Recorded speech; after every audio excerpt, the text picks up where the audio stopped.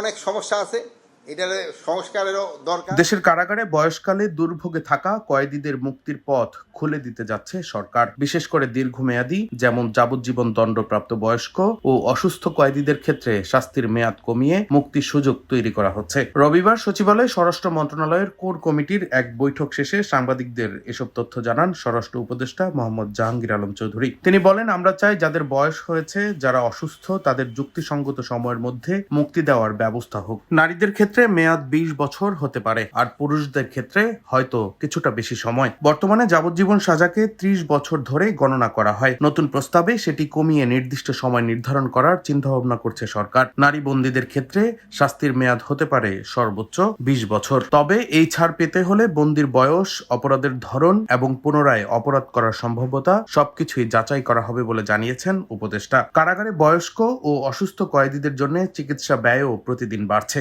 ঔষধ ও সেবার জন্য বরাদ্দ বাড়ানো সম্ভব নয় বলেই এই উদ্যোগ নিতেও বাধ্য হচ্ছে সরকার। কারাগার ব্যবস্থায় সংস্কার প্রয়োজন, বাজেট সীমাবদ্ধ, তাই যাদের জন্য মানবিকভাবে শাস্তি হ্রাস সম্ভব সেটি বিবেচনা করছে সরকার। অপরাধ ও আইন শৃঙ্খলা পরিস্থিতি নিয়েও সরকারের নজরদারি চলছে। লুট হওয়া অস্ত্র প্রতিদিনই উদ্ধার হচ্ছে বলে জানান উপদেষ্টা। আসন্ন নির্বাচনে আইন শৃঙ্খলা রক্ষায় কঠোর ব্যবস্থা নেওয়ার কথাও জানানো হয়।